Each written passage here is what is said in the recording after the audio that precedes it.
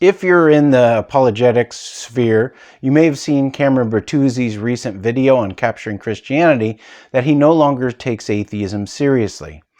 I don't agree with Cameron, and the ironic thing is he just had me on his channel to have a very serious debate on an atheistic argument, namely the argument from divine hiddenness. So at first I thought, oh, he doesn't take it seriously, like it's a live possibility for him. But then he goes on to argue that the arguments that the atheist has, like the strongest argument, the problem of evil, can be simply either used against the atheist, turned around, or just overcome by adopting a different sort of conception of God, like the limited God thesis of Philip Goff.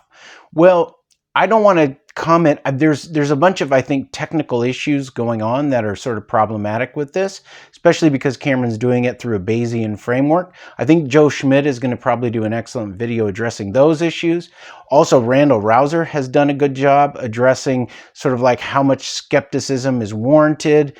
And he goes into like, what does it mean for something to no longer be a live possibility, and or argumentatively, like what standards are we applying here to atheism? Are they unfair? So I won't comment on those things. The thing I think hasn't been mentioned that I want to mention is that there are a lot of people struggling with doubt. There are a lot of people discovering these arguments from problem of evil and hiddenness, and it really causes them to question their faith. And I would add, for good reason, because I do think atheistic arguments like the problem of evil and hiddenness need to be taken seriously. And if the atheist formulates his or her worldview in terms of naturalism, then we have a real clash of worldviews.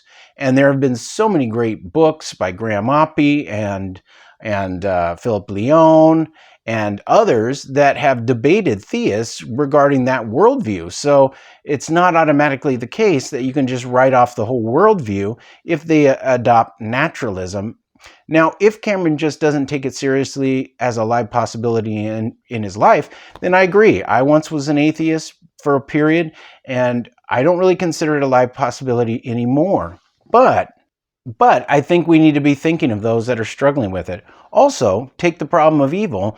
There's Eugene Nagasawa I had on my Coffee with Philosopher podcast. He formulates an atheist problem of evil, right? So in a sense, you could turn these problems on the atheist, but he takes on a bunch of controversial assumptions.